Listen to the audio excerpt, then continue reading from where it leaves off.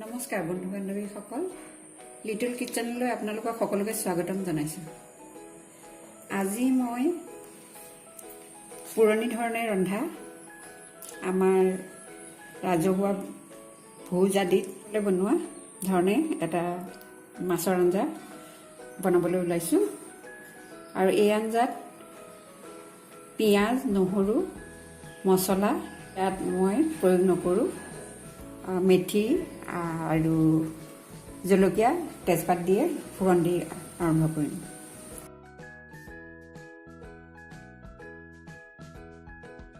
ইয়াৰ কাৰণে মই লৈছোঁ এটুকুৰা কোমোৰা সৰু সৰুকৈ কাটি, এটুকুৰা ৰঙালাও, 3 টেবুল চামুচ মচুৰ দাইল ধুই লৈছোঁ, আৰু 2টা বিলাহী, 2টা আলু মজলীয়া চাইজত কাটি লৈছোঁ, আৰু 5টা ভাঙন মাছ। আৰু ফুৰণৰ কাৰণে লৈছোঁ মই এচামুচ মেথি গুটি, 2টা শুকান জলকীয়া, 2 খিলা তেজপাত।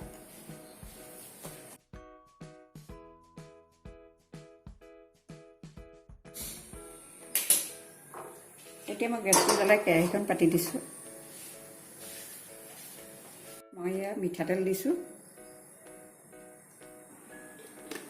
তেলখিনি গৰম হৈ অহাত মই আগতে নিমখ হালধি সানি থোৱা মাছকেইটা ভাজি লৈছোঁ।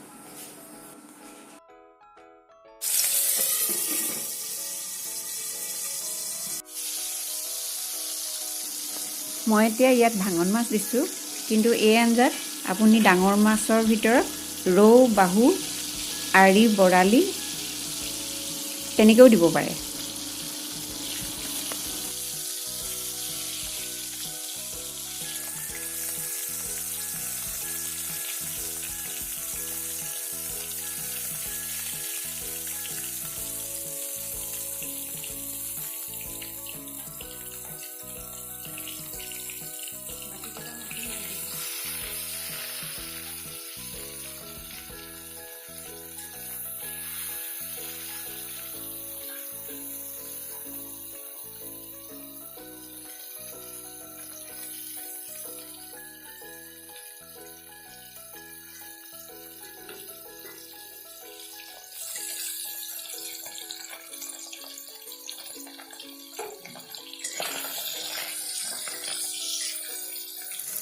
বাকীকেইটা মাছো মই একেধৰণে ভাজি ল'লোঁ।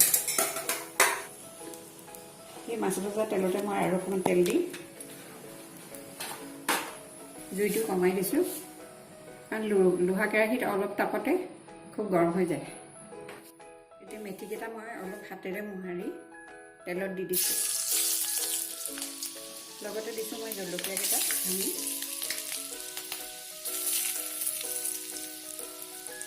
তেজপাত 2 খিলাও দি দিছোঁ।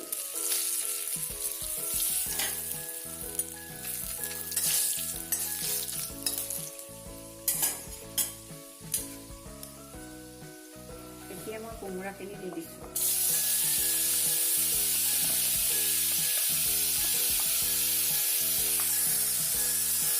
লগতে আলুখিনি।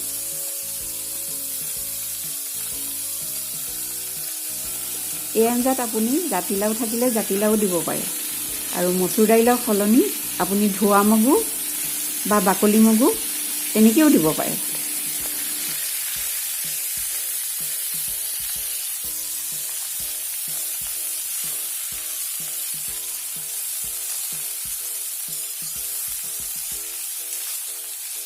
মেথি আমাৰ শৰীৰৰ কাৰণে বহুত উপকাৰী। মাজে সময়ে মেথি খোৱাটো আমাৰ কাৰণে বহুত প্ৰয়োজন। মই নিমখ হালধি আন্দাজমতে দি দিছোঁ। হালধি,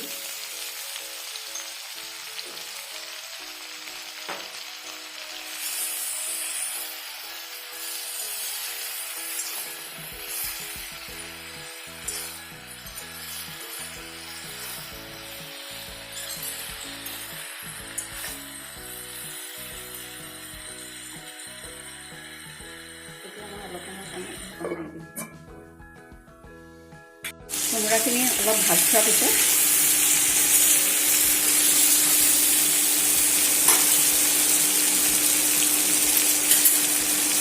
মই ৰঙালাওখিনি দি দিছোঁ।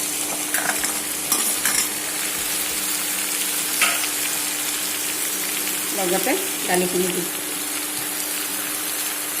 কাৰণ কোমোৰা সিজিবলৈ অকণমান সময় লাগে ৰঙালাও সোনকালে সিজি আহিব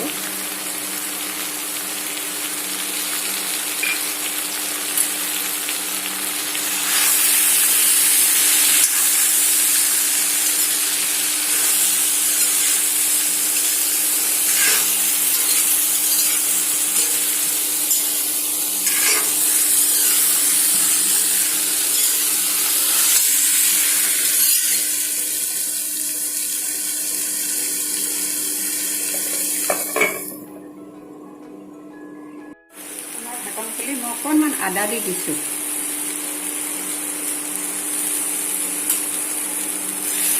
এইটো অপশ্যনেল হয় আপুনি ইচ্ছা কৰিলে এইটো নিদিবও পাৰে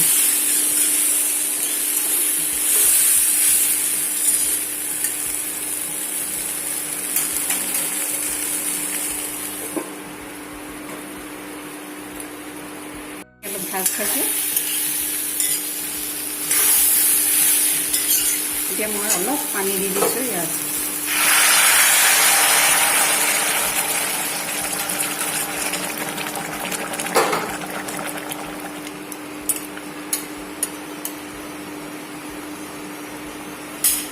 জিৰা পাউডাৰ ধনিয়া পাউডাৰ দিব পাৰে কিন্তু নিদিয়াকৈও খাবলৈ বেছ সোৱাদ হয়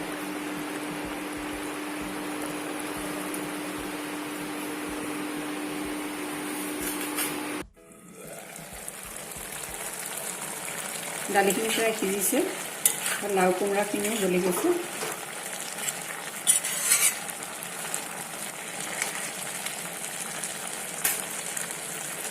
এতিয়া আমি কাটি থোৱা বিলাহীখিনি দি দিছোঁ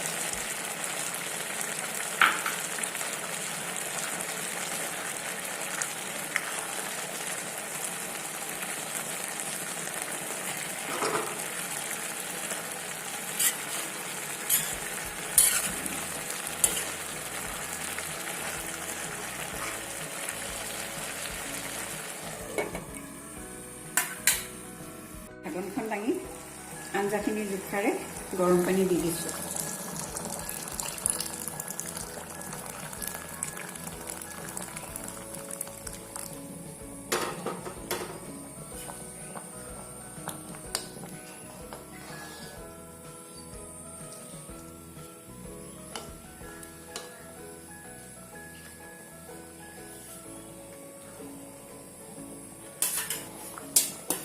লগতে মই দি দিছোঁ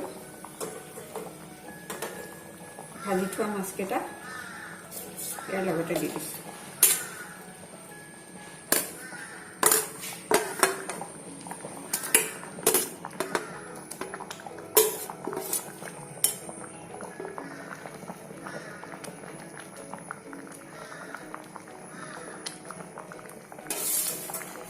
এতিয়া মই জুইটো বহাই দিছোঁ ঢাকনখন মাৰি অলপ সময়ৰ কাৰণে সিজিবলৈ দি দিছোঁ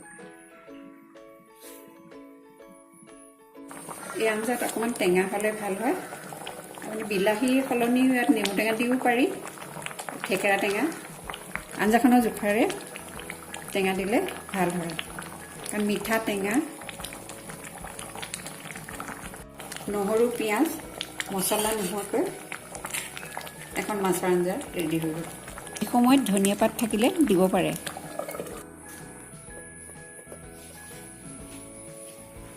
শেষতে কোমোৰা ৰঙালাও কোমোৰা আৰু বিলাহী দি মচুৰ দাইলেৰে সৈতে কৰা মাছৰ আঞ্জা ৰেডি আৰু মেথিগুটি ফুৰণ দিয়াৰ কাৰণে মেথিগুটি তেজপাত শুকান জলকীয়াৰ এটা সুগন্ধই ভোজ ভোজ লাগে আৰু এই আঞ্জা আমাৰ পৰিয়ালৰ সকলোৱে খাই বৰ ভাল পায়